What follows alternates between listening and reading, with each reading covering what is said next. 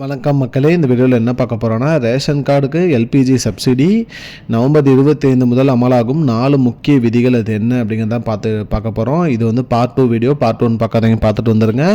நம்ம சேனலுக்கு யாராவது புதுசாக வந்திருந்தீங்கன்னா மறக்காமல் நம்ம சேனலை சப்ஸ்கிரைப் பண்ணி பெல் ஐக்கானை கிளிக் பண்ணி வச்சுக்கோங்க. இந்த வீடியோக்கு ஒரே ஒரு லைக்கை மட்டும் கொடுத்துருங்க. வாங்க வீடியோக்குள்ளே போகலாம். கடந்த பார்ட்டில் வந்து பார்த்திங்கன்னா 2 அப்டேட் பார்த்துருப்போம். அதாவது ரேஷன் கார்டை பற்றியும் எல்பிஜி சப்சிடிக்கு என்ன பண்ணணுங்கிறத பற்றி பார்த்துருப்போம். இது வந்து பார்த்திங்கன்னா 3வது அப்டேட். அதாவது பார்த்திங்கன்னா டிஜிட்டல் ரேஷன் டிஸ்ட்ரிபியூஷன் சிஸ்டம் விரிவாக்கம் அது என்ன அப்படிங்கிறத பற்றி தான் பார்க்க போகிறோம். ரேஷன் கார்டு வந்து டிஜிட்டல் மயமாக்க போகிறாங்க. அது என்னென்ன பயன்கள் இருக்கிறது அப்படிங்கிறதெல்லாம் பற்றி தான் பார்க்க போகிறோம். அந்த வகையில் வந்து பார்த்தீங்கன்னா ரேஷன் கடைகளில் வந்து பார்த்திங்கன்னா QR கோட் ஸ்கேனிங் வந்து கொண்டு வர போகிறாங்க. அதாவது நீங்கள் வந்து பணம் வந்து செலுத்தி நீங்கள் உங்களோட பொருள் வாங்குறதுக்கு QR கோட் ஸ்கேனிங் கொண்டு வர போகிறாங்க. மேலும் வந்து பார்த்திங்கன்னா ஆதார் பயோமெட்ரிக் மற்றும் OTP அத்தன்டிகேஷன் கட்டாயமாக்கப்படுகிறது அப்படின்னு சொல்லியிருக்காங்க. ஒன்று ஆதார் பயோமெட்ரிக் இருக்கணும், இல்லை OTP அத்தன்டிகேஷன் இருந்தால் தான் உங்களால் உங்களோட ரேஷன் பொருட்களை வாங்க முடியும் அப்படிங்கிற மாதிரி சொல்லியிருக்காங்க.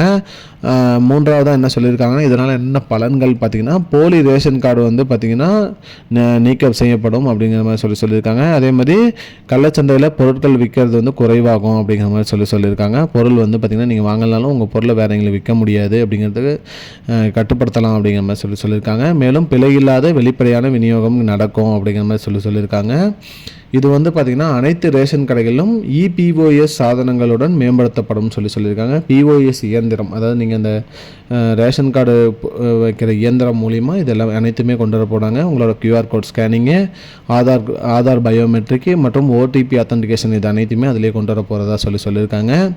இதுதான் மக்களே இப்போதைக்கு வந்த முக்கியமான பயனுள்ள தகவல். மேலும் இது போன்ற பயனுள்ள தகவலை தெரிஞ்சுக்கொள்ள நம்முடைய சேனலை மறக்காமல் சப்ஸ்கிரைப் பண்ணி வச்சுக்கோங்க. இந்த வீடியோவை உங்கள் ஃப்ரெண்ட்ஸ் அனைவருக்கும் ஷேர் பண்ணுங்கள். பார்ட் 3ல பேலன்ஸ் கண்டினியூஷன் வரும். I don't understand your jokes, man. Because it's not a joke. முன்ன பொண்ண தெரியாத ஒரு பையனுக்காக விடுற அந்த மனசு இருக்க, அதான் கடவுள்.